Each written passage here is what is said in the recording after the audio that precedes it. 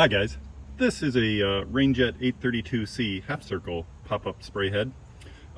It covers about up to a 13-foot radius, and that set screw you can see there just behind the internal is so that you can adjust it down to maybe a 5-foot radius.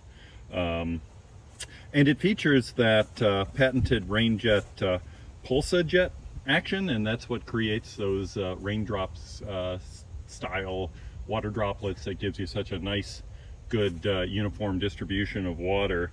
And as a result, you know, they talk about spacing this thing as much as 16 feet apart when you're getting a 12-foot radius. And I'll put some performance specs up. At 25 psi, you're discharging about 1.7 gallons per minute across a 12-foot radius. And like I mentioned, they can then stretch that spacing out to about 16 feet. And I think this guy is from the 1970s. I believe it to be before the acquisition by Hardy of Rainjet, and but certainly after that era where they were just using their brass sprinklers with that pendulum action that they had, where the internal would just wobble back and forth. And the way the water gets into this thing is kind of unique. Like I mentioned, that set screw behind there you can see, and I'll show you that in operation in a minute.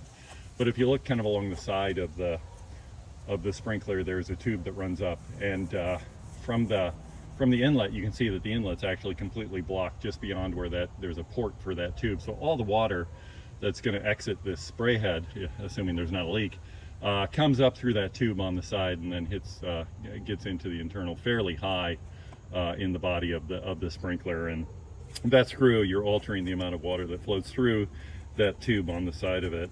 So that's about all I have to say about the Rainjet, other than in this particular instance, I think this guy came from a hardware store in Kentucky, just based on the name on the price tags that were affixed to it. I took the price tags off of the box because that's just how I am, and so it did travel a way to get here. The thing's made out of DuPont Delrin and stainless steel, so very, very durable materials. And like I said, you would have seen these things installed probably in the 70s, maybe into the 1980s. But I think this guy in particular is from the 1970s. So with that, I'm going to get out of the way and let you guys enjoy this in action.